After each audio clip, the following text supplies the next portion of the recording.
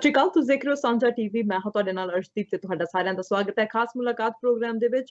ਤੁਹਾਨੂੰ ਪਤਾ ਹੈ ਕਿ ਸਾਡੇ ਗੁਆਂਢੀ ਸੂਬੇ ਦੇ ਵਿੱਚ ਬਹੁਤ ਜ਼ਿਆਦਾ ਅੱਗਾਂ ਲੱਗੀਆਂ ਹੋਈਆਂ ਨੇ, ਜੰਗਲੀ ਅੱਗਾਂ ਦੇ ਕਾਰਨ ਸਾਰੇ ਸੂਬੇ ਪ੍ਰਭਾਵਿਤ ਨੇ ਤੇ ਨਾਲ-ਨਾਲ ਅਸੀਂ ਵੈਨਕੂਵਰ ਦੇ ਵਿੱਚ ਬੈਠੇ ਹਾਂ ਤੇ ਇੱਥੇ ਵੀ ਇੱਕ ਲੈਵਲ ਅਜਿਹਾ ਆਇਆ ਕਿ 에ਅਰ ਕੁਆਲਿਟੀ ਇੰਨੀ ਕੁ ਜ਼ਿਆਦਾ ਖਰਾਬ ਸੀ ਕਿ ਵਰਲਡ ਦੇ ਵਿੱਚ ਸਭ ਤੋਂ ਪਹਿਲੇ ਨੰਬਰ ਤੇ ਸੀ ਅਸੀਂ।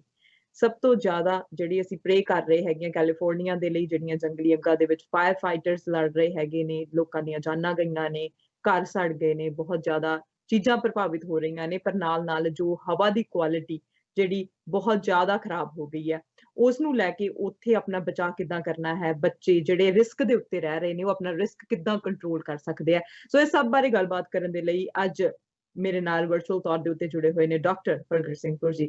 ਉਹਨਾਂ ਦਾ ਸਵਾਗਤ ਕਰਦੇ ਹਾਂ ਤੇ ਉਹਨਾਂ ਦੇ ਨਾਲ ਗੱਲਬਾਤ ਕਰਦੇ ਹਾਂ। ਡਾਕਟਰ ਪੁਰ ਜੀ, ਸਵਾਗਤ ਹੈ ਤੁਹਾਡਾ। ਬਹੁਤ-ਬਹੁਤ ਧੰਨਵਾਦ ਅਰਸ਼ ਜੀ ਤੇ ਸਾਰੇ ਦੇਖਣ ਵਾਲਿਆਂ ਨੂੰ ਪਿਆਰ ਭਰੀ ਸਤਿ ਸ੍ਰੀ ਅਕਾਲ, ਨਮਸਤੇ, ਸਲਾਮ ਵਾਲੇਕੁਮ, ਵਾਹਿਗੁਰੂ ਜੀ ਕਾ ਖਾਲਸਾ, ਵਾਹਿਗੁਰੂ ਜੀ ਕੀ ਫਤਿਹ। ਬਿਲਕੁਲ ਡਾਕਟਰ ਪੁਰ ਜੀ, ਪਹਿਲਾਂ ਆਪਾਂ ਇਸ ਗੱਲਬਾਤ ਸਟਾਰਟ ਕਰਨ ਤੋਂ ਪਹਿਲਾਂ ਜਿਹੜਾ ਸਾਡੀ BC ਦੇ ਵਿੱਚ ਇੱਕ ਪੋਲੀਟੀਕਲ ਤੌਰ ਦੇ ਉੱਤੇ ਮੁੱਦਾ ਜਿਹੜਾ ਹੈਗਾ ਬਹੁਤ ਭਖਿਆ ਹੋਇਆ ਹੈ ਕਿ ਬੈਂਕੁਏਟ ਹਾਲ ਬੰਦ ਕਰ ਦਿੱਤੇ ਨੇ। ਜੀ ਤੁਹਾਡੇ ਵੱਲੋਂ ਅਪੀਲ ਕੀਤੀ ਗਈ ਹੈ ਕਿ ਬੈਂਕੁਏਟ ਹਾਲ ਖੋਲੇ ਜਾਣ, ਕੀ ਕਹਿਣਾ ਚਾਹੋਗੇ? ਦੇਖੋ, ਮੈਂ ਇਸ ਹੱਕ 'ਚ ਹੈਗਾ ਵੀ ਬੈਂਕੁਏਟ ਹਾਲ ਨੂੰ ਦੁਬਾਰਾ ਖੋਲਿਆ ਜਾਏ, ਕਿਉਂਕਿ ਦੇਖੋ ਆਲਮੋਸਟ ਸਾਰਾ ਬਿਜ਼ਨਸ ਅਦਾਰਾ ਵੀ ਖੁੱਲਿਆ ਹੋਇਆ, ਸਕੂਲ ਖੁੱਲੇ ਹੋਏ ਆ, ਰੈਸਟੋਰੈਂਟ ਵੀ ਖੁੱਲੇ ਹੋਏ ਆ।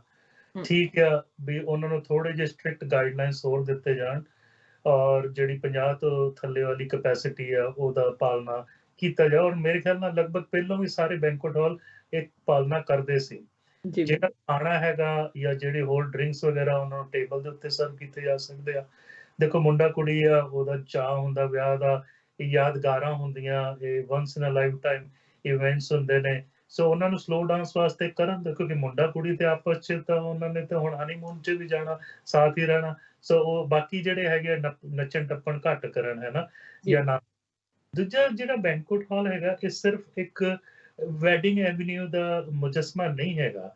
ਇਹ ਕਮਿਊਨਿਟੀ 'ਚ ਬਹੁਤ ਸਾਰੇ ਹੋਰ ਰੋਲ ਨਿਭਾ ਕਰਦਾ, ਜਿੱਦਾਂ ਵੀ ਚੈਰਿਟੀ ਵਾਸਤੇ, ਫੰਡ ਰੇਜ਼ਿੰਗ ਵਾਸਤੇ। ਇਹਦੇ ਵਿੱਚ ਕਈ ਵਾਰ ਕਈ ਪੋਲੀਟੀਕਲ ਜਿਹੜੇ ਹੈਗੇ ਆ ਸਪੀਚਸ ਹੁੰਦੀਆਂ, ਕਈ ਪੋਲੀਟੀਸ਼ੀਅਨ ਆ ਕੇ ਇਲੈਕਸ਼ਨ ਦੇ ਟਾਈਮ ਤੇ ਹਾਲ ਦੇ ਵਿੱਚ ਲੋਕਾਂ ਦੇ ਨਾਲ ਸੰਬੋਧਨ ਕਰਦੇ ਆ। ਔਰ ਜਿਹੜਾ ਕਿਚਨ ਹੁੰਦਾ, ਲਗਭਗ ਮੈਨੂੰ ਪਤਾ ਸਾਰੇ ਬੈਂਕੁਏਟ ਹਾਲ ਜਿਹੜੇ ਸਰੀ 'ਚ ਹੈਗੇ ਆ ਜਾਂ ਵੈਨਕੂਵਰ 'ਚ ਵੀ, ਉਹਨਾਂ ਦਾ ਜਿਹੜਾ ਕਿਚਨ ਹੈ ਇੰਨੇ ਦਿਆਲੂ ਨੇ ਵੀ ਉਹ ਜਦੋਂ ਭੀੜ ਪੈਂਦੀ ਹੈ, ਖਾਣਾ ਜਿਹੜਾ ਹੈਗਾ ਉਹ ਗਰੀਬਾਂ ਨੂੰ ਫ੍ਰੀ ਵੀ ਮੁਹੱਈਆ ਕਰਦੇ ਆ। ਔਰ ਵੀ ਇੱਥੇ ਬਹੁਤ ਸਾਰੇ ਲੋਕ ਹੈਗੇ ਜਿਨ੍ਹਾਂ ਦੀ ਜੌਬਾਂ ਜਿਹੜੀਆਂ ਐਟ ਰਿਸਕ ਹੈਗੀਆਂ, ਕਈ ਵਾਰ ਉਹਨਾਂ ਨੂੰ ਰੋਟੀ ਵੀ ਨਹੀਂ ਮਿਲਦੀ। ਔਰ ਗਿਆਨੀ ਨਰਿੰਦਰ ਸਿੰਘ ਤੇ ਜੇ ਮਿਨਹਾਸ ਉਹਨਾਂ ਨੇ ਜਿਹੜਾ ਮੋਦੀ ਖਾਨੇ ਦਾ ਉਪਰਾਲਾ ਕੀਤਾ ਸੀ, ਉਹ ਇਸ ਪੱਖ ਤੇ ਕੀਤਾ ਸੀ ਵੀ ਜਿਹੜਾ ਵੀ ਵਿਅਕਤੀ ਹੈਗਾ ਐਟਲੀਸਟ ਉਹਦਾ ਢਿੱਡ ਤਾਂ ਭਰਨਾ ਚਾਹੀਦਾ, ਉਹ ਰਸਤ ਲੈ ਜਾਏ ਬਿਨਾਂ ਕੁਝ ਪੁੱਛੇ ਹੋਏ। ਸੋ ਇਹ ਜਿਹੜਾ ਹੈਗਾ, ਇਹ ਸਾਰੀਆਂ ਚੀਜ਼ਾਂ ਇੰਪੋਰਟੈਂਟ ਹੈਗੀਆਂ। ਮੈਂ ਮੰਨਦਾ ਵੀ ਥੋੜਾ ਬਹੁਤ ਤਾਲਮੇਲ ਉਹਨਾਂ ਦਾ ਜਿਹੜਾ ਹੈਗਾ ਠੀਕ ਨਹੀਂ ਰਿਹਾ, ਲੇਕਿਨ ਆਪਾਂ ਕਮਿਊਨੀਕੇਸ਼ਨ ਦੇ ਚੈਨਲਸ ਜਿਹੜੇ ਹੈਗੇ ਦੁਬਾਰਾ ਖੋਲਣੇ ਚਾਹੀਦੇ ਆ ਔਰ ਦਿਲਾਂ ਦੀ ਸਾਂਝ ਕਰਨੀ ਚਾਹੀਦੀ ਹੈ, ਹਾਰਟ ਟੂ ਹਾਰਟ ਟਾਕ। ਕਿਉਂਕਿ ਤੁਸੀਂ ਦੇਖੋ ਪੂਰੇ ਕੈਨੇਡਾ 'ਚ ਸਿਰਫ BC ਦੇ ਵਿੱਚ ਹਾਲਾਂ ਦੀ ਰਿਸਟ੍ਰਿਕਸ਼ਨ ਪਈ ਹੈ, ਕਿਤੇ ਹੋਰ ਨਹੀਂ ਹੈਗੀ। ਹਾਲਾਂਕਿ ਓਨਟਾਰੀਓ, ਕਿਊਬੈਕ, ਉੱਥੇ ਵੀ ਕੇਸਿਸ ਵੱਧ ਰਹੇ, ਲੇਕਿਨ ਰਿਸਟ੍ਰਿਕਸ਼ਨ ਨਹੀਂ ਲੱਗੀ। ਅਮਰੀਕਾ ਦੇ ਵਿੱਚ ਜਿੱਥੇ ਕੇਸਿਸ 6.8 ਮਿਲੀਅਨ ਦੇ ਲਾਗੇ ਜਾ ਚੁੱਕੇ ਆ, ਉੱਥੇ ਰਿਸਟ੍ਰਿਕਸ਼ਨ ਨਹੀਂ ਹੈਗੀ। ਸੋ ਮੇਰੀ ਫਿਰ ਤੁਹਾਡੇ ਮੀਡੀਅਮ ਰਾਹੀਂ ਬੇਨਤੀ ਹੈਗੀ ਆ, ਦੇਖੋ ਮੈਂ ਕੋਈ ਵੀ ਹਾਲ 'ਚ ਮੇਰਾ ਕੋਈ ਪਰਸਨਲ ਸ਼ੇਅਰ ਨਹੀਂ ਹੈਗਾ, ਨਾ ਮੈਨੂੰ ਆਦਾ ਹੋਣਾ, ਲੇਕਿਨ ਮੈਨੂੰ ਉਹਨਾਂ ਦਾ ਦੁੱਖ ਜਿਹੜਾ ਹੈਗਾ ਉਹ ਮੇਰੇ ਤੋਂ ਸਿਆ ਨਹੀਂ ਜਾਂਦਾ। ਚਲੋ, ਜਿੱਥੇ ਉਹਨਾਂ ਨੂੰ ਕੈਪੀਟਲ ਨੁਕਸਾਨ ਹੈਗਾ, ਉਹਨਾਂ ਦੀ ਮਤਲਬ ਇਨਕਮ ਨੂੰ ਨੁਕਸਾਨ ਹੈਗਾ, ਉੱਥੇ ਕਮਿਊਨਿਟੀ ਨੂੰ ਵੀ ਨੁਕਸਾਨ ਹੈਗਾ। ਸੋ ਇਸ ਲਈ ਮੈਂ ਫਿਰ ਚਾਹੂੰਗਾ ਵੀ ਡਾਕਟਰ ਬੋਨੀ ਹੈਨਰੀ, ਸਿਹਤ ਮੰਤਰੀ ਮਾਨਯੋਗ ਏਡਰੀਅਨ ਡ੍ਰਿਕ ਸਾਹਿਬ ਤੇ ਰਾਈਟ ਆਨਰੇਬਲ ਪ੍ਰੀਮੀਅਰ ਜੌਨ ਹੌਰਗਨ ਇਹਨੂੰ ਰੀਕਨਸੀਡਰ ਕਰਨ। ਔਰ ਜਿਹੜੇ ਸਾਡੇ ਹਾਲ ਵਾਲੇ ਨੁਮਾਇੰਦੇ ਵੀ ਹੈਗੇ ਆ, ਉਹ ਹਲੇਮੀ ਦੇ ਨਾਲ ਗੱਲਬਾਤ ਕਰਨ, ਮਿੱਠ ਬੋਲ ਕੇ ਗੱਲ ਕਰਨ। ਮਿੱਠ ਬੋਲੜਾ ਜੀ ਹਰ ਸੱਜਣ ਸੁਆਮੀ ਮੋਹਰਾ। ਤਾਂ ਅਸੀਂ ਫਿਰ ਮਿਠਾਸ ਏਦਾਂ ਪੈਦਾ ਕਰੀਏ ਵੀ ਹਾਲ ਖੁੱਲ ਜਾਣ। ਔਰ ਠੀਕ ਹੈ, ਸਾਡੇ ਸੋਸ਼ਲ ਜਿਹੜੇ ਫੰਕਸ਼ਨਸ ਹੈ ਥੋੜੇ ਬਹੁਤ ਚੱਲਣਗੇ, ਲੇਕਿਨ ਹੋਰ ਜਿਹੜੇ ਕੰਮ ਹਾਲ ਕਰਦੇ ਉਹ ਵੀ ਉਹ ਰੋਲ ਨਿਭਾ ਸਕਣ। ਬਿਲਕੁਲ, ਬਹੁਤ ਵਧੀਆ ਕਿਹਾ ਤੁਸੀਂ। ਤੇ ਨਾਲ-ਨਾਲ ਹੁਣ ਅਸੀਂ ਜੇ COVID-19 ਦੀ ਗੱਲ ਕਰੀਏ ਤਾਂ ਕੀ ਸਥਿਤੀ ਬਣੀ ਹੋਈ ਹੈ ਇਸ ਸਮੇਂ, ਕਿਉਂਕਿ ਜਿਹੜੇ ਕੇਸ ਨੇ ਉਹ ਲਗਾਤਾਰ ਹਰ ਦੇਸ਼ ਦੇ ਵਿੱਚ ਵੱਧਦੇ ਜਾ ਰਹੇ ਨੇ, ਸਾਡੇ BC ਦੇ ਵਿੱਚ ਵੱਧਦੇ ਜਾ ਰਹੇ ਨੇ। ਸੈਕਿੰਡ ਵੇਵ ਦੀਆਂ ਵੀ ਗੱਲਾਂ ਹੋ ਰਹੀਆਂ ਨੇ, ਅੱਗੋਂ ਫਲੂ ਸੀਜ਼ਨ ਵੀ ਆ ਰਿਹਾ ਹੈਗਾ। ਸੋ ਕਿੱਥੇ ਕੁ ਸਟੈਂਡ ਕਰਦੇ ਹਾਂ ਅੱਜ ਅਸੀਂ? 2-3 ਸਵਾਲ ਜਿਹੜੇ ਹੈਗੇ ਤੁਹਾਡੇ ਬਹੁਤ ਇੰਪੋਰਟੈਂਟ ਹੈਗੇ ਆ। ਪਹਿਲੀ ਗੱਲ ਤਾਂ ਸੰਸਾਰ ਭਰ 'ਚ 30 ਮਿਲੀਅਨ ਤੋਂ ਜ਼ਿਆਦਾ ਕੇਸਿਸ ਹੋ ਚੁੱਕੇ ਆ। ਅਮਰੀਕਾ ਜ਼ਰੂਰ ਲੀਡ ਕਰ ਰਿਹਾ 6.8 ਮਿਲੀਅਨ, ਲੇਕਿਨ ਹਿੰਦੁਸਤਾਨ ਪਿੱਛੇ ਨਹੀਂ ਹੈਗਾ। ਦੇਖੋ ਹਮ, ਹਿੰਦੁਸਤਾਨੀ ਕਦੀ ਵੀ ਕਿਹੜੀ ਗੱਲ 'ਚ ਪਿੱਛੇ ਨਹੀਂ ਰਹਿੰਦੇ ਨਾ, ਨੰਬਰ 1 'ਚ ਅੱਪੜ ਜਾਣਾ। ਇਸ ਜੀ ਵੇਲੇ 5.2 5.3 ਮਿਲੀਅਨ ਹੈਗੇ ਆ, ਬ੍ਰਾਜ਼ੀਲ ਨੂੰ ਬਹੁਤ ਪਿੱਛੇ ਛੱਡ ਗਿਆ ਹੈ। ਤੇ ਹਮ, ਬ੍ਰਾਜ਼ੀਲ, ਹਿੰਦੁਸਤਾਨ ਔਰ ਅਮਰੀਕਾ ਇਹ 'ਚ ਕੇਸਿਸ ਬਹੁਤ ਜ਼ਿਆਦਾ ਵੱਧ ਰਹੇ ਨੇ। ਜੀ ਹਿੰਦੁਸਤਾਨ ਤਕਰੀਬਨ 95,000 ਤੋਂ ਉੱਤੇ ਹੁੰਦੇ ਆ ਹਰ ਰੋਜ਼, ਔਰ ਉਹਦੇ ਨਾਲ ਆਫ ਕੋਰਸ ਫਿਰ ਡੈਥਸ ਵੀ ਹੁੰਦੀਆਂ। ਇਸ ਵੇਲੇ ਅਮਰੀਕਾ 'ਚ 2 ਲੱਖ ਪ੍ਰਾਣੀ ਇਸ ਤੋਂ ਆਪਣੀ ਜਾਨ ਗਵਾ ਚੁੱਕੇ ਨੇ। ਹਿੰਦੁਸਤਾਨ ਦੇ ਵਿੱਚ ਵੀ 80,000 ਤੋਂ ਉੱਤੇ ਚਲਾ ਗਿਆ। ਇਹ ਜਦ ਤੱਕ ਇਹ ਨਹੀਂ ਹਟਦਾ ਹਿੰਦੁਸਤਾਨ ਦਾ ਜਿਹੜਾ ਮਾਮਲੇ ਆ, ਅਮਰੀਕਾ ਤੋਂ ਉੱਤੇ ਚਲੇ ਜਾਣਗੇ। ਹਮ, ਆਉਣ ਨੇ ਤੱਕ ਇਹ ਜਿਹੜੀ ਹੈਗੀ ਆ ਰੇਸ ਹਿੰਦੁਸਤਾਨ ਜਿੱਤ ਜਾਊਗਾ। ਦੂਜੀ ਗੱਲ ਜਿਹੜੀ ਹੈਗੀ, ਕੈਨੇਡਾ ਦੇ ਵਿੱਚ ਫਿਰ BC, ਅਲਬਰਟਾ, ਓਨਟਾਰੀਓ ਔਰ ਕਿਊਬੈਕ, ਇਹ 4 ਜਿਹੜੇ ਪ੍ਰੋਵਿੰਸ ਹੈ ਇਹ 'ਚ ਨੰਬਰ ਵੱਧਦੇ ਜਾ ਰਹੇ। ਹਮ, ਬਾਕੀ ਪ੍ਰੋਵਿੰਸ 'ਚ ਠੰਡ, ਮਤਲਬ ਵੀ ਠੰਡਾ ਕੰਮ ਚੱਲ ਰਿਹਾ। ਅੱਗ ਲੱਗੀ ਹੈ ਲੇਕਿਨ ਬਹੁਤ ਲੋਕ ਰੇਟਸ ਤੋਂ ਲੱਗ ਰਹੀ ਹੈ। ਜਿੱਦਾਂ ਸਾਡਾ ਮਹੀਨਾ ਪਹਿਲੋਂ ਸੀ ਵੀ 10 ਤੋਂ ਥੱਲੇ ਮਾਮਲੇ ਹੁੰਦੇ ਸੀ, ਜੀ ਹੁਣ ਜੀ 100 ਦੇ ਲਾਗੇ ਚਾਗੇ ਰਹਿੰਦੇ ਜਾਂ 100 ਤੋਂ ਉੱਤੇ ਰਹਿੰਦੇ। ਉਹਦੇ ਜੀ ਨਾਲ ਕਿਹਾ ਵੀ ਐਡਮਿਸ਼ਨਸ ਵੀ ਵੱਧ ਰਹੀਆਂ, ਜੀ ਆਈਸੀਯੂ ਵੀ ਵੱਧ ਰਹੀਆਂ ਔਰ ਡੈਥਸ ਵੀ ਵੱਧ ਰਹੀਆਂ। ਔਰ ਹਮ, ਓਨਟਾਰੀਓ ਦੇ ਕੱਲ ਇੱਕ ਡਾਕਟਰ ਨੇ ਕਿਹਾ ਸੀ ਹੋ ਸਕਦਾ ਹੈ ਸਟਾਰਟ ਆਫ ਸੈਕੰਡ ਵੇਵ ਹੋਏ, ਜਿਹੜਾ ਜੀ ਅਸੀਂ ਪਹਿਲਾਂ ਵੀ ਸਾਂਝੇ ਕਰਦੇ ਰਹੇ ਹਾਂ ਵੀ ਸੈਕੰਡ ਵੇਵ ਆਊਗੀ। Doctor Anthony Fauci, doctor Bonnie Henry, doctor Theresa Tam ਵੀ ਇਹਦੇ ਬਾਰੇ ਕਰ ਰਹੇ ਆ। ਹਮ, ਨਾਲ ਨਾਲ ਫਲੂ ਸੀਜ਼ਨ ਵੀ ਸ਼ੁਰੂ ਹੋ ਜਾਣਾ। ਜੋ ਜੀ ਫਲੂ ਸੀਜ਼ਨ ਹੈ ਉਹ ਕੋਵਿਡ ਤੋਂ ਪਹਿਲਾਂ ਵੀ ਤਾਂ ਹੁੰਦਾ ਸੀ, ਹਰ ਸਾਲ ਹੁੰਦਾ ਸੀ ਔਰ ਬਿਲਕੁਲ ਸਾਨੂੰ ਬਹੁਤ ਤੰਗ ਕਰਦਾ ਸੀ। ਇਸ ਸਾਲ ਕੀ ਉਹਨੇ ਦੌੜ ਜਾਣਾ? ਨਹੀਂ, ਫਲੂ ਸੀਜ਼ਨ ਵੀ ਆਊਗਾ। ਲੇਕਿਨ ਜੀ ਕੁਛ ਇੱਕ ਚੀਜ਼ਾਂ ਆਪਾਂ ਜਿਹੜੀਆਂ ਹੈਗੀਆਂ ਸਭ्य ਰੂਪ ਤੇ ਕਰ ਸਕਦੇ ਹਾਂ।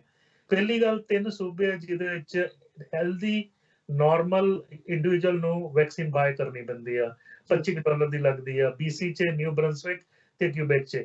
ਬਾਕੀ ਸਾਰੇ ਪ੍ਰੋਵਿੰਸ 'ਚ ਫਲੂ ਸ਼ਾਟ ਫ੍ਰੀ ਹੈਗੇ ਆ। ਜੀ ਲੇਕਿਨ ਇਸ ਵੇਲੇ ਡਾਕਟਰ ਬੋਨੀ ਹੈਨਰੀ ਨੇ ਪਿਛਲੇ ਵਾਰੀ 1.4 ਮਿਲੀਅਨ ਫਲੂ ਸ਼ਾਟ ਆਰਡਰ ਕੀਤੇ ਸੀ, ਹੁਣ 2 ਮਿਲੀਅਨ ਤੋਂ ਜ਼ਿਆਦਾ ਆਰਡਰ ਕੀਤੇ ਆ। ਉਹਦੇ ਵਿੱਚ 47,000 ਫਲੂ ਜ਼ੋਨ ਹੈਗੇ ਆ, ਜਿਨ੍ਹਾਂ ਦੇ ਵਿੱਚ 4 ਗੁਣਾ ਜ਼ਿਆਦਾ ਪਾਵਰ ਹੈਗੀ ਆ, ਬਹੁਤ ਸਟਰੋਂਗ ਸ਼ਾਟ ਹੈਗੇ ਆ। ਉਹ ਬਜ਼ੁਰਗਾਂ ਵਾਸਤੇ ਰਿਜ਼ਰਵਡ ਹੈਗੇ, ਜਿਹੜੇ ਰੈਜ਼ੀਡੈਂਸ਼ੀਅਲ ਕੇਅਰ ਹੋਮ ਜਾਂ ਸਿੱਕ ਰਹਿੰਦੇ ਆ, ਵੀ ਜਿਨ੍ਹਾਂ ਨੂੰ ਅਗਰ ਫਲੂ ਹੋਇਆ ਤੇ ਟਰਬਲ ਜ਼ਿਆਦਾ ਰਹੂਗੀ। ਆਸਟ੍ਰੇਲੀਆ ਤੋਂ ਜਿਹੜਾ ਅਸੀਂ ਸਿੱਖਿਆ, ਕਿਉਂਕਿ ਉੱਥੇ ਵਿੰਟਰ ਖਤਮ ਹੋ ਕੇ ਹੁਣ ਉਹ ਬਸੰਤ ਰਿਤੂ 'ਚ ਆ ਰਿਹਾ, ਸਪ੍ਰਿੰਗ 'ਚ ਆ ਰਿਹਾ, ਜੀ ਕਿਉਂਕਿ ਉਹ ਸਾਊਥਰਨ ਹੈਮਿਸਫੀਅਰ 'ਚ ਹੈਗੇ ਆ। ਉੱਥੇ H3N2 ਜਿਹੜਾ ਇਨਫਲੂਐਂਜ਼ਾ ਦਾ ਵਾਇਰਸ ਹੈ, ਬਹੁਤ ਜ਼ਿਆਦਾ ਹਾਵੀ ਹੋਇਆ ਸੀ। ਔਰ ਜਿਹੜਾ ਸਾਡਾ ਫਲੂ ਸ਼ਾਟ ਹੁਣ ਤਿਆਰ ਹੋ ਰਿਹਾ, ਉਹਦੇ 'ਚ H3N1 ਵੀ ਹੈਗਾ, H1N1 ਹੈਗਾ, ਹੋਰ 2 ਹੋਰ ਵਾਇਰਸਿਸ ਹੈਗੇ ਆ।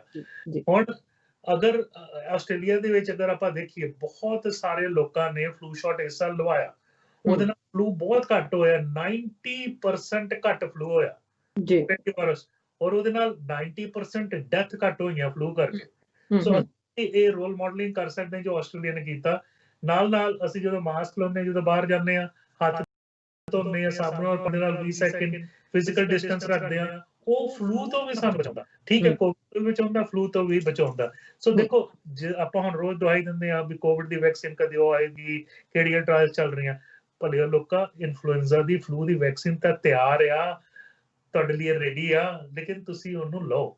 ਹੁਣ ਜਿਹੜੇ ਬੱਚੇ 6 ਮਹੀਨੇ ਤੋਂ 5 ਸਾਲ ਦੇ ਜਾਂ ਬਜ਼ੁਰਗ 65 ਸਾਲ ਤੋਂ ਉੱਤੇ, ਜਿਨ੍ਹਾਂ ਨੂੰ ਐਜ਼ਮਾ ਹੈਗਾ, ਕ੍ਰੋਨਿਕ ਲੰਗ ਪ੍ਰੋਬਲਮ ਹੈ, ਹਾਰਟ ਪ੍ਰੋਬਲਮ ਹੈ, ਡਾਇਬਟੀਜ਼ ਹੈ, ਕਿਡਨੀ ਪ੍ਰੋਬਲਮ ਹੈ, ਮੋਟਾਪਾ ਜਾਂ ਇਮਿਊਨ ਸਿਸਟਮ ਕਮਜ਼ੋਰ ਹੈ, ਉਹਨਾਂ ਨੂੰ ਤੇ ਗਵਰਨਮੈਂਟ ਫ੍ਰੀ ਦਿੰਦੀ ਹੈ।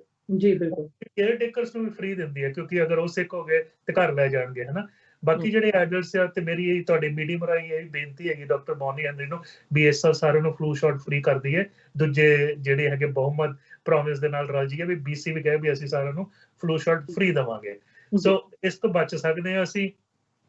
ਮੈਂ ਕੱਲ ਇੱਕ ਪੋਸਟਿੰਗ ਵੀ ਪਾਈ ਸੀ ਵੀ ਜਿਹੜਾ ਕੋਵਿਡ ਵਾਇਰਸ ਆ, ਇਹਦੇ ਉੱਤੇ ਠੱਲ ਤਾਂ ਹੀ ਪਊਗੀ ਅਗਰ ਅਸੀਂ ਸਾਰੇ ਰਲ ਕੇ ਕੰਮ ਕਰੀਏ। ਇਹ ਸਿਰਫ ਇੱਕ ਗਵਰਨਮੈਂਟ, ਇੱਕ ਹੈਲਥ ਡਿਪਾਰਟਮੈਂਟ ਜਾਂ ਪੁਲਿਸਿੰਗ, ਹੁਣ ਪੁਲਿਸਿੰਗ ਟਿਕਟਸ ਦਿੰਦੀ ਹੈ ਨਾ, ਅਗਰ ਤੁਸੀਂ ਗੈਦਰਿੰਗ ਜ਼ਿਆਦਾ, ਉਹਦਾ ਕੰਮ ਨਹੀਂ ਹੈਗਾ। ਤੁਹਾਨੂੰ ਇੰਡੀਵਿਜੂਅਲੀ ਆਪਣੀ ਰਿਸਪੌਂਸਿਬਿਲਿਟੀ ਲੈਣੀ ਪੈਣੀ ਆ।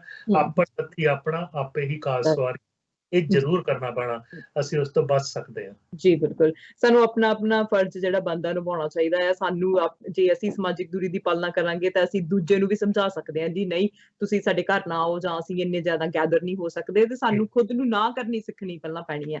ਤੇ ਨਾਲ ਨਾਲ ਹੁਣ ਡਾਕਟਰ ਪੁਰਜੀ, ਅਸੀਂ ਇਸ ਗੱਲ ਤੋਂ ਵੀ ਇਨਕਾਰ ਨਹੀਂ ਕਰ ਸਕਦੇ ਕਿ ਅਸੀਂ ਗਲੋਬਲ ਪੈਂਡੈਮਿਕ ਦੇ ਵਿੱਚ ਰਹਿ ਰਹੇ ਹੈਗੇ ਆ, ਪਰ ਇਹਦੇ ਨਾਲ ਨਾਲ ਹੋਰ ਵੀ ਪੈਂਡੈਮਿਕ ਬਹੁਤ ਸਾਰੇ ਚੱਲ ਰਹੇ ਨੇ। ਜੇ ਅਸੀਂ ਹੁਣ BC ਦੇ ਵਿੱਚ ਓਵਰਡੋਜ਼ ਦੀ ਗੱਲ ਕਰ ਲਈਏ, ਉਹ ਵੀ ਇੱਕ ਪੈਂਡੈਮਿਕ ਹੈਗਾ ਆ। ਜ਼ਿਆਦਾ ਵੱਡਾ ਪੈਂਡੈਮਿਕ ਹੈਗਾ ਆ।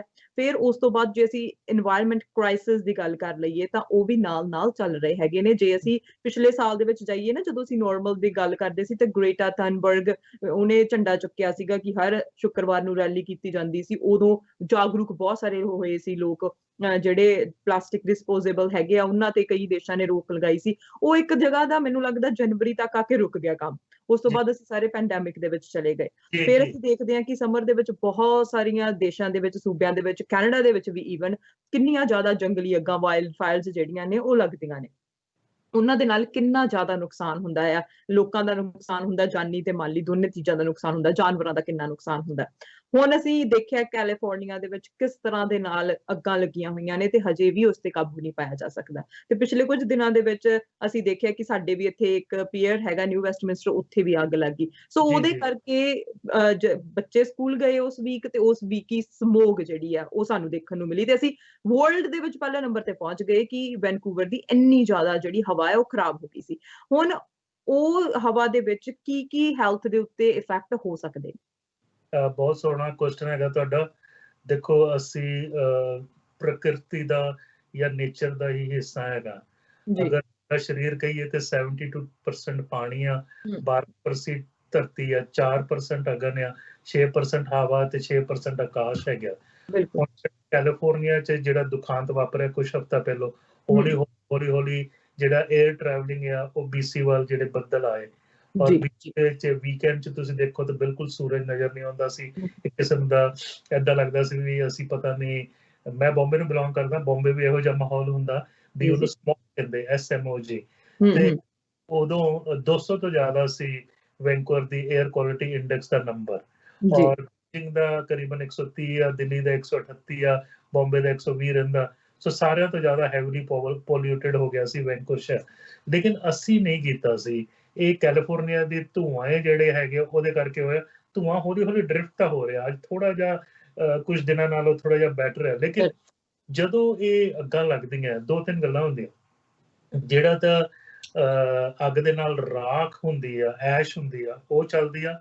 ਇੱਕ ਛੋਟੇ ਪਾਰਟੀਕਲ ਹੈਗੇ ਆ, ਉਹਨੂੰ ਕਹਿੰਦੇ ਆ 2.5 PM ਜਾਂ ਮਾਈਕਰੋਮੀਟਰ ਵਾਲੇ। ਮੈਂ ਐਕਸਪਲੇਨ ਕਰਨਾ ਚਾਹੁੰਦਾ, ਜਿੰਨਾ ਸਾਡਾ ਇੱਕ ਵਾਲ ਹੁੰਦਾ ਉਸ ਤੋਂ 30 ਗੁਣਾ ਲੈਸ, 30 ਟਾਈਮਸ ਲੈਸ ਉਹ ਪਾਰਟੀਕਲ ਹੁੰਦੇ ਸੂਖਸ਼ਮ। ਉਹ ਸਾਡੇ ਨੱਕ, ਗਲੇ, ਲੰਗਸ ਦੇ ਨਾਲ ਜਾ ਕੇ ਜਿੱਥੇ ਸਾਡੇ ਐਕਸਚੇਂਜ ਹੋਣਾ ਆਕਸੀਜਨ ਦਾ ਐਲਵੀਓਲਾਈ 'ਚ, ਉੱਥੇ ਜਾ ਕੇ ਵੀ ਇਰੀਟੇਸ਼ਨ ਕਰ ਸਕਦੇ ਆ। 2.5 ਉਹਨੂੰ ਕਹਿੰਦੇ ਆ ਪਾਰਟੀਕਲਸ। ਦੂਜਾ ਗੈਸਿਸ ਹੁੰਦੇ ਆ ਬਹੁਤ, ਜਿਹੜੇ ਹੈਗੇ ਆ ਗੰਦੇ ਗੈਸਿਸ ਰਿਲੀਜ਼ ਹੁੰਦੇ ਆ, ਜਿਹਦੇ ਕਰਕੇ ਵੀ ਟਰਬਲ ਆ ਸਕਦੀ ਆ। ਔਰ ਗ੍ਰੀਨ ਹਾਊਸ ਇਫੈਕਟ ਹੁੰਦਾ ਵੀ ਜਿਹੜੀ ਹਵਾ ਹੈਗੀ ਆ ਉਹ ਟਰੈਪ ਹੋ ਜਾਂਦੀ ਆ। ਉਹਦੇ ਨਾਲ ਏਦਾਂ ਫੀਲ ਹੁੰਦਾ ਵੀ ਘੁੰਮ ਜਿਹਾ ਲੱਗਦਾ, ਤੁਹਾਨੂੰ ਡੀਹਾਈਡ੍ਰੇਸ਼ਨ ਹੋਣ ਦੇ ਲੱਛਣ ਹੁੰਦੇ ਆ। ਜ਼ਿਆਦਾ ਰਿਸਕ ਹੈਗਾ ਛੋਟੇ ਬੱਚਿਆਂ 'ਚ ਜਾਂ ਬਜ਼ੁਰਗਾਂ 'ਚ ਜਿਨ੍ਹਾਂ ਨੂੰ ਐਸਮਾ ਹੈਗਾ, ਕ੍ਰੋਨਿਕ ਲੰਗ ਡਿਜ਼ੀਜ਼ ਹੈਗੀ ਜਿਹਨੂੰ COPD ਕਹਿੰਦੇ, ਹਾਰਟ ਪ੍ਰੋਬਲਮ ਹੈਗਾ, ਜਾਂ ਫਿਰ ਗਰਭਵਤੀ ਔਰਤਾਂ 'ਚ। ਲੇਕਿਨ ਵੀਕਐਂਡ 'ਚ ਜਿਹੜੀ ਐਡਵਾਈਜ਼ਰੀ ਆ ਰਹੀ ਸੀ ਉਹ ਇਹ ਸੀ, ਅੱਛਾ ਉਹਨਾਂ ਨੂੰ ਤਾਂ ਐਡਵਾਈਜ਼ਰੀ ਸੀ ਵੀ ਘਰੋਂ ਬਾਹਰ ਨਾ ਨਿਕਲਣ, ਘਰ ਵਿੱਚ AC ਹੈਗਾ ਤੇ ਉਹ ਲਾਣ, ਵਿੰਡੋ ਔਰ ਡੋਰ ਸਾਰੇ ਬੰਦ ਕਰਨ। ਅਗਰ ਪੱਖਾ ਹੈਗਾ ਉਹ ਵੀ ਠੀਕ ਹੈਗਾ, ਕਈ ਘਰਾਂ 'ਚ AC ਨਹੀਂ ਹੈਗਾ। ਹਿਦਾਇਤ ਇਹ ਵੀ ਸੀ ਵੀ ਅਗਰ ਤੁਹਾਡੇ ਲਾਗੇ ਜਾ ਕੇ ਕੋਈ ਮਾਲ ਖੁੱਲਾ ਤਾਂ ਉੱਥੇ ਵੀ ਜਾ ਸਕਦਾ, ਕਿਉਂਕਿ ਮਾਲ 'ਚ AC ਹੈਗਾ। ਲੇਕਿਨ ਫਿਜ਼ੀਕਲ ਡਿਸਟੈਂਸ ਦਾ ਚੱਕਰ ਪੈਂਦਾ ਸੀ। ਕਾਰਾਂ ਦੇ ਵੀ ਤੇ AC ਹੈਗਾ, ਸੋ ਲਾਇਬ੍ਰੇਰੀ ਜਾਂ ਹੋਰ ਚੀਜ਼ਾਂ। ਹੁਣ ਐਡਵਾਈਜ਼ਰੀ ਇਹ ਸੀ ਵੀ ਇਵਨ ਜਿਹੜਾ ਰੈਗੂਲਰ ਹੈਲਦੀ ਬੰਦਾ ਉਹ ਬਾਹਰ ਨਾ ਜਾਵੇ, ਜਾਵੇ ਅਗਰ ਲੋੜ ਹੈਗਾ। ਖਾਸ ਕਰਕੇ ਕਾਫੀ ਲੋਕੀ ਦੌੜਦੇ ਆ, ਕਿਉਂਕਿ ਅਜੇ ਵੀ ਸਵੇਰੇ ਮਤਲਬ ਟੈਂਪਰੇਚਰ ਗੁੱਡ ਹੁੰਦਾ, ਮੇਰੀ ਵਾਈਫ ਰੋਜ਼ ਦੌੜਦੀ ਆ। ਸੋ ਕਹਿਣ ਦਾ ਮਤਲਬ ਹੈਗਾ ਵੀ ਜਿਹੜਾ ਵਾਕਿੰਗ, ਰਨਿੰਗ ਹੈਗਾ ਲੌਂਗ ਪੀਰੀਅਡ ਦਾ, ਉਹ ਅਵੋਇਡ ਕਰੀਏ, ਕਿਉਂਕਿ ਉਹਨਾਂ ਨੂੰ ਵੀ ਟ੍ਰਿਗਰ ਹੋ ਸਕਦੇ ਕੰਪਲਿਕੇਸ਼ਨ। ਤੇ ਨਾਲ ਇੱਕ ਇਹ ਵੀ ਐਡਵਾਈਸ ਵੀ ਆਪਾਂ ਪਾਣੀ ਜ਼ਿਆਦਾ ਲਈਏ, ਕਿਉਂਕਿ ਜਿਹੜਾ ਗ੍ਰੀਨ ਹਾਊਸ ਇਫੈਕਟ ਕਰਕੇ ਸਾਨੂੰ ਡੀਹਾਈਡ੍ਰੇਸ਼ਨ ਹੋਣ ਦੇ ਵੀ ਚਾਂਸਸ ਜ਼ਿਆਦਾ ਸੀ। ਸੋ ਇਹ ਐਡਵਾਈਜ਼ਰੀ ਆ। ਦੇਖੋ ਹੁਣ ਇੱਕ ਪਾਸੇ ਸਕੂਲ ਖੁੱਲ ਗਏ, ਦੂਜਾ ਕੋਵਿਡ ਜੀ ਸਾਨੂੰ ਤੰਗ ਕਰ ਰਿਹਾ, ਤੀਜੇ ਪਾਸੇ ਆ ਜਿਹੜਾ ਏਅਰ ਕੁਆਲਿਟੀ ਇੰਡੈਕਸ ਜਿਹੜਾ ਹੈਗਾ ਇਹ ਪੂਅਰ ਹੋ ਗਿਆ। ਲੇਕਿਨ ਸਕੂਲਾਂ ਦੇ ਵਿੱਚ AC ਹੈਗਾ, ਸਕੂਲਾਂ ਦੇ ਵਿੱਚ ਜਿਹੜਾ ਫਿਲਟਰੇਸ਼ਨ ਸਿਸਟਮ ਵਧੀਆ, ਐਕਚੁਅਲੀ ਉਹ ਉਹਨਾਂ ਨੂੰ ਪੋਲਿਊਸ਼ਨ ਤੋਂ ਜ਼ਿਆਦਾ ਹੈਲਪ ਦਿੰਦਾ। ਸੋ ਇਸ ਲਈ ਮੇਰੇ ਖਿਆਲ ਨਾਲ ਬੱਚੇ ਕਾਫੀ ਸੇਫ ਹੈਗੇ ਆ ਕੋਵਿਡ ਵੱਲੋਂ ਵੀ ਤੇ ਏਅਰ ਪੋਲਿਊਸ਼ਨ ਵੱਲੋਂ ਵੀ ਸਕੂਲ ਦੇ ਵਿੱਚ। ਔਰ ਜਿਹੜੇ ਸੇਫਟੀ ਪ੍ਰੋਟੋਕਾਲ ਆ ਬੜੇ ਅੱਛੇ ਨਿਭਾਏ ਜਾ ਰਹੇ ਕੋਵਿਡ ਦੇ। $232 ਮਿਲੀਅਨ BC ਨੂੰ ਮਿਲਿਆ ਸੀ, ਟੋਟਲ $2 ਡਾਲਰ ਮਾਨਯੋਗ ਪ੍ਰਧਾਨ ਮੰਤਰੀ ਆਨਰੇਬਲ ਜਸਟਿਨ ਟਰੂਡੋ ਨੇ ਖਰਚਿਆ ਸੀ ਜਦੋਂ ਸਕੂਲ ਖੁੱਲਨੇ ਸੀ। ਸੋ ਇਹ ਜਿਹੜੀ ਹੈਗੀ ਆ ਆਪਾਂ ਅਰਦਾਸ ਕਰ ਸਕਦੇ ਆ ਵੀ ਛੇਤੀ ਜੰਗਲੀ ਅੱਗਾਂ ਜਿਹੜੀਆਂ ਹੈਗੀਆਂ ਠੀਕ ਹੋਣ। ਰੱਬਾ ਮੀਂਹ ਵਰਸਾ ਸਾਡੇ ਕੋਠੀ ਦਾ ਤਰੱਕੀ ਦੇ ਨਾਲ ਜਿਹੜਾ ਹੈਗਾ, ਕਿਉਂਕਿ ਆਪਾਂ ਬੌਂਬਰਸ ਦੇ ਨਾਲ ਉਹਨੂੰ ਬੰਦ ਕਰਨ ਦੀ ਕੋਸ਼ਿਸ਼ ਤੇ ਕਰ ਰਹੇ ਆ, ਲੇਕਿਨ ਅੱਗਾਂ ਇੰਨੀਆਂ ਜ਼ਿਆਦਾ ਹੈਗੀਆਂ। ਹੁਣ ਅੱਗਾਂ ਦਾ ਕਾਰਨ ਦੋ ਆ, ਇੱਕ ਅਗੇਨ ਨੈਚੁਰਲ ਹੈਗਾ ਵੀ ਇੰਨੀ ਘਾਹ ਇੰਨਾ ਸੁੱਕ ਜਾਂਦਾ ਔਰ ਮਾੜੀ ਜਿਹੀ ਬਿਜਲੀ ਦੀ ਕਿਣਕਾ ਵੀ ਜਿਹੜੀ ਅੱਗ ਲਾਉਣੀ ਸ਼ੁਰੂ। ਦੂਜਾ ਹੈਗਾ ਮੈਨ ਮੇਡ, ਅਗਰ ਇਨਸਾਨ ਸਿਗਰਟ ਪੀ ਕੇ ਉਹਦਾ ਬਰਡ ਸੁੱਟ ਦੇਵੇ, ਈਵਨ ਜਿਹੜਾ ਵੈਸਟਮਿੰਸਟਰ ਪੀਅਰ ਦੀ ਅੱਗ ਲੱਗੀ ਸੋਚ ਰਹੇ ਆ ਸ਼ਾਇਦ ਉਹਦੇ ਥੱਲੇ ਕਿਸੇ ਨੇ ਬੌਨਫਾਇਰ ਵਗੈਰਾ ਲਾਈ ਹੋਣੀ ਆ ਜਿਹਦੇ ਨਾਲ ਇਹ ਪੰਗਾ ਪਿਆ। ਕਿਉਂਕਿ ਸਾਨੂੰ ਸਭ ਹੋਣਾ ਪੈਣਾ, ਸਾਨੂੰ ਜਿਹੜਾ ਵਾਤਾਵਰਨ ਦੇ ਨਾਲ ਰਿਸਪੈਕਟ ਦੇ ਨਾਲ ਚੱਲਣਾ ਪੈਣਾ। ਔਰ ਜਪਜੀ ਦੇ ਐਂਡ 'ਚ ਮਹਾਰਾਜ ਕੀ ਕਹਿੰਦੇ, ਪਵਨ ਗੁਰੂ ਪਾਣੀ ਮਾਤਾ ਸਾਰੇ ਜਿਹੜੇ ਹੈਗੇ ਪੂਜਨਿਕ ਐਲੀਮੈਂਟਸ ਹੈਗੇ ਆ ਔਰ ਇਹਨਾਂ ਨੂੰ ਆਪਾਂ ਨੂੰ ਸੰਭਾਲ ਕੇ ਰੱਖਣਾ ਚਾਹੀਦਾ। ਮਾਸਕ ਪਾਉਣੇ ਜਿਹੜੇ ਨੇ ਉਹ ਅਸੀਂ ਹੁਣ ਵੀ ਪਾਉਂਦੇ ਆ, ਸਾਨੂੰ ਆਦਤ ਵੀ ਪੈ ਗਈ ਹੈਗੀ ਆ। ਸਮੋਕ ਦੇ ਦੌਰਾਨ ਜਿਹੜੇ ਰੈਗੂਲਰ ਮਾਸਕ ਹੈਗੇ ਉਹ ਕਿੰਨੇ ਕੁ ਵਧੀਆ ਹੁੰਦੇ ਨੇ, ਉਹ ਕੰਮ ਕਰਦੇ ਨੇ ਜਾਂ ਉਹਦੇ ਲਈ ਤੁਹਾਨੂੰ N95 ਜਾਂ ਕੋਈ ਮੈਡੀਕਲ ਮਾਸਕ ਲੈਣੇ ਚਾਹੀਦੇ ਨੇ? ਦੇਖੋ N95 ਪਹਿਲੀ ਗੱਲ ਤੇ ਹੈਗੇ ਮਹਿੰਗੇ, ਦੂਜੀ ਗੱਲ ਹੈਗੀ ਆ ਵੀ ਉਹ ਮਿਲਣੇ ਵੀ ਬੜੇ ਔਖੇ ਕਿਉਂਕਿ ਉਹ ਮੋਸਟਲੀ ਡਾਕਟਰਸ ਯੂਜ਼ ਕਰ ਰਹੇ ਆ, ਕਰ ਰਹੇ ਹਸਪੀਟਲ ਤੇ ਯੂਜ਼ ਕਰ ਰਹੇ ਆ ਨਾ।